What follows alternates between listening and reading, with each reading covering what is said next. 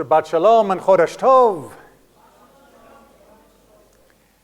So the old joke goes, the optimist looks at a glass that is half full and says, it is half full. And the pessimist looks at the same glass and says, it's half empty. And the engineer looks at the glass and says, your glass is too big. Right? Your glass is twice the size it needs to be. We could have a smaller glass and still contain the same amount of water. That would cut costs to make much more efficient, yada, yada, yada. There's a different way to look at the world, whether it be optimist, pessimist, or engineer. So how do we look at the world through the lens of Torah when it comes to Tazria? The beginning of this week's double header of Tazria Metzora. It was right there at the beginning. If you came late, well, I hope you were reading it during the week. Remember, Shabbat is only supposed to be the culmination of our Torah study, not the beginning. So, what do we find as an interesting, is it half full or is it twice the size, situation at the beginning of Tazria? No one? Honestly. The beginning of Tazria, a woman gives birth. If it is a boy, how long does she have to wait in a state of ritual impurity? 7 days. And then once that period is complete, how long is she in a mostly purified state? She cannot yet go to the temple, but all other things are perfectly fine. How long does that period extend? 33, excellent, because the total amount is 40 days. Now, for a girl, do the math. The glass is twice as big. For a girl, how long is she in a state of ritual purity? 14 days. And how long is she in a state of this mostly purified, but not quite exactly sort of state? What's 33 times 2, people? 66. There you go. All right. Even I can do that math mentally. I'm sure you can too. So, even as Eitz Chaim, the Chumash commentary, asks the question but doesn't answer it, is it that 14 and 64 and 66, see, I almost had it, 66 are the normal, and for the boy it is sped up and cut in half? Or is it 7 is the perfectly normal one, and for girls it is doubled and extended twice as long? Which is it? Why can't they both be normal? That's what we ask about all of our kids, isn't it? Why can't you both be normal? Forgetting, of course, that we were like that when we were the same age. So can they both be normal? Or first of all, before we get to normalization of each, do we have any explanations of why one might be the standard, which the other has had to change? Well, we get a little clue, maybe, kind of, Eitz Chaim picks up on this as well, and says, whoa, Brit Milah. Brit Milah. After all, for Brit Milah, well, that has to happen at day 8. And if the woman is still in a state of 2 weeks of ritual impurity, then that might put some dampeners on her ability to fully participate in the Brit Milah activities.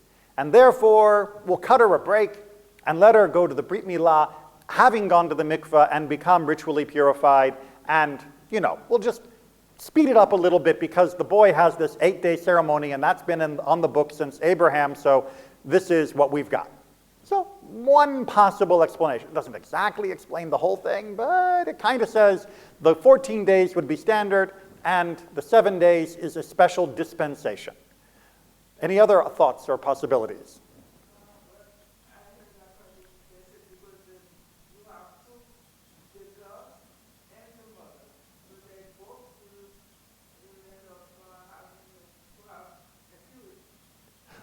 Right, so because there is the birth of a girl, there is a feeling of this one too will eventually have ritual impurity, and therefore we are doing a double course of the normal 7 to cover both the mother and the daughter that has now been born, even though she herself is not in a state of ritual purity because she hasn't gone through puberty yet, just being born and all that. But nonetheless, she will eventually, so we'll go ahead and double up in honor, recognition, in commiseration with the fact that here is another woman who is going to have to go through this cycle eventually, so yeah, let's just double it up.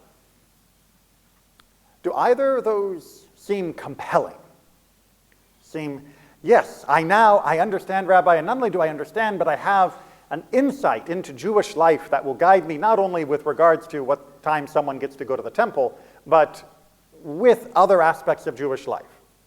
If you're like me, the answer is probably no. And that's probably why the commentators don't sink their teeth into this all that deeply. The commentators just basically say, yeah, this is what Torah told us to do. This is what it means. Now, they do wrestle extensively with that whole in-between period, the 33 or the 64 or the 66 that goes in between, as being rather unusual as far as purification rituals are. But the fact that it can vary between 33 and 66 doesn't get as much attention as you would probably imagine. Remember, we come from an interpretive tradition that can fixate on the inclusion of a vav or not a vav in the spelling of certain words. And here we get a very explicit double standard, if I guess I could use the term. And the commentators do not really go to town on this. There's a few later medieval ones who try to come up with some explanation, but it's rather shallow. Which is odd, because this is not the only place that Torah makes a differentiation between boys and girls, or men and women for that matter. And I mean in actual numerical situations. Later on in Vayikra, in the book of Leviticus, we are going to encounter what are known as erech vows. These are very strange for the modern ears, where a person would want to make a donation to the temple, and rather than just saying 100 shekels, they will say, I would like to donate the erech, the estimated value of a 45-year-old male. Now, it might be themselves, it might be someone else they're honoring, it could be anyone basically, but it's basically, yeah, I'm going to donate this value of a person. Well, the Torah tells us what each category of people is worth. For example, for the normal age, that is to say the normal active lifespan age of 20 to 60, men are 50 shekels and women are 30 shekels. Wait a minute. I'm hearing some grunting and seeing some little frowny faces. Is this also a double standard? Well, I mean, it certainly is a different number for each group. Do you have any idea why that might be a different number for those groups in that place? And is this contradicting what we talked about with Tazria, with the 14 versus 7 for girls versus boys? Or is this confirming what we saw in Tazria? A wage earner. So indeed, the general explanation by the commentators, who do sort of weigh in on this one, is that when you look at this chart, well, it's not just that women come in behind men at 50-30, but men come in behind men. If you take a 19-year-old, he's going to be coming in at only 20 shekels compared to the 50 for the person that's 21. So it's not as though we say 19-year-old men are worthless compared to 21-year-old men. Your experiences may vary. But instead, it's trying to tell us that each of them has a different capacity to contribute to the community, mostly based upon maturity and physical capability, since that was the main way of generating shekels in the ancient world. A 5-year-old, and it goes all the way down to almost newborns and all the way to the elderly, each different category has a different capacity to simply produce economic output within the community. And that, regardless of your individual situation, is what is used as a measure, which again, this is a voluntary vow. So nobody is actually saying, you owe this and you owe that and you owe this. It's if you ask how much that you would give for this category, then you are told. So does that mean then that girls are worth less than boys? Or are you simply recognizing that girls earned less than boys in the ancient world, and thus If you were talking about a monetary value of output, we recognize that that was the difference in output.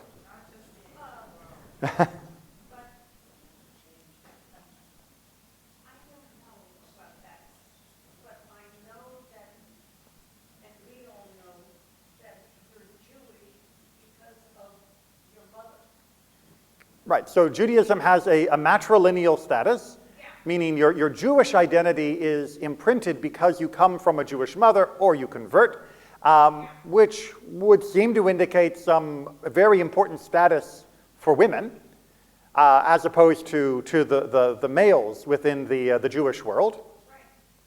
And that gets us to the broader question. Are boys better than girls in Judaism?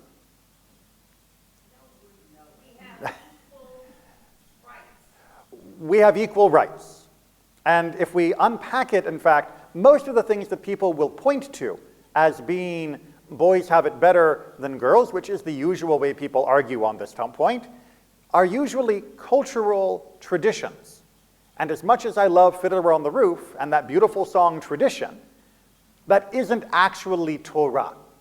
That isn't actually Judaism. And when you track the traditions of who was responsible for which type of household labor, who was responsible and able to access the public sphere in which ways, you will find that throughout the centuries, Jewish communities have generally comported themselves along the same social lines as the host communities in which they lived.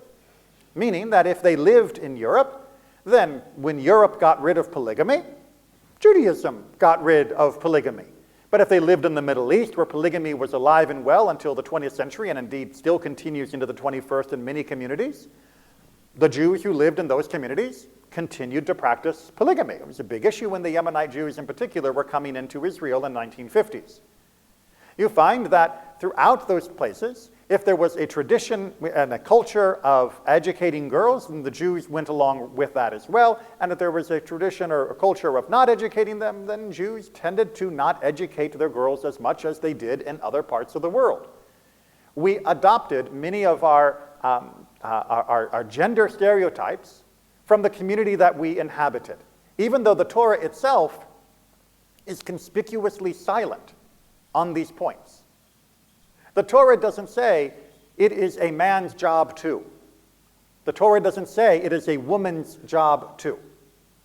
The Torah doesn't tell us that there are unique differences within the cultural activities between men and women. It doesn't assign those types of stereotyped gender roles. In fact, we can see that most clearly by the end of Tazria, which if I haven't bored you completely with this ceremony, after the woman has waited the requisite time, depending upon whether she had a boy or whether she had a girl, what is her final step? The mikveh happened actually after that first 7 or 14-day period. She brings a sacrifice. She goes to the altar. And what sacrifice does she bring? Well, she brings two things. She brings a sheep and she brings a dove. Birds, exactly. And if she's not able to afford a sheep, then she can bring 2 doves, it's okay. And that's it. There isn't a different sacrifice for having had a girl than there is for having had a boy. The sacrifice for the child that she is now coming to celebrate and finish this process, this ritual with, is exactly the same regardless of the gender of the child that she gave birth to. So even though there is a 7 versus 14, a 33 versus 66 differentiation between boys and girls, at the end of the day, when she is standing at that altar saying thank you to God, you would not know whether she had had a boy or a girl, because she would be bringing the exact same offering to that altar. The Torah does not differentiate between the joy a parent should feel for having given birth to a boy for having given birth to a girl. The Torah does not tell us that we should prefer one or the other. It does not tell us we should value one over the other. The Torah tells us our children are gifts, they are blessings, and they should be celebrated the same. And yes, for whatever reason the Torah decided to have this difference of 7 and 14 and 33 and 66, that's not trying to teach you anything about the relative worth of the people. It is just teaching you about a purification ritual from 3,000 years ago, which can be fascinating, but don't learn the wrong lessons from it. When we think about the gender roles in Judaism, we often will revert to our shtetl mentality, to singing tradition under our breath, and thinking of someone like Tazria explaining what the papa and the mama are supposed to do. But those stereotypes are recent, and those stereotypes are localized, in that particular case, to the Pale of Settlement in Russia. Not exactly universal throughout the Jewish world, nor throughout Jewish history. Instead, we have to recognize that there has been a constant change, a constant churning of cultures and history that have pushed and pulled both men and women in different directions of what was commonplace and what was uncommon for them. But each was, according to the halakha, according to the local circumstance. That there is not a uniquely divine mandated male way to live or female way to live. There is, however, a Jewish way to live. That's what we call Torah, of actually being a righteous, compassionate, just human being. And when you look through the volumes of halakha, you'll find that far from emphasizing exactly what boys should do and girls should do, what color dolls they should play with, or how big of a truck you should give them on which birthday, halakha is much more concerned with how do we treat each other well and properly. How do husbands treat their wives? How do wives treat their husbands? How do parents treat their children? How do we treat our neighbors? How do we treat each other? Torah does not use the baseline of gender to teach ethical life. It uses the baseline of human to teach ethical life.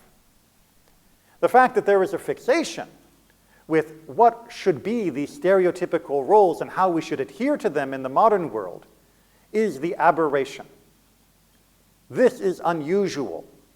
It is not hearkening back to the ancient ways and tradition.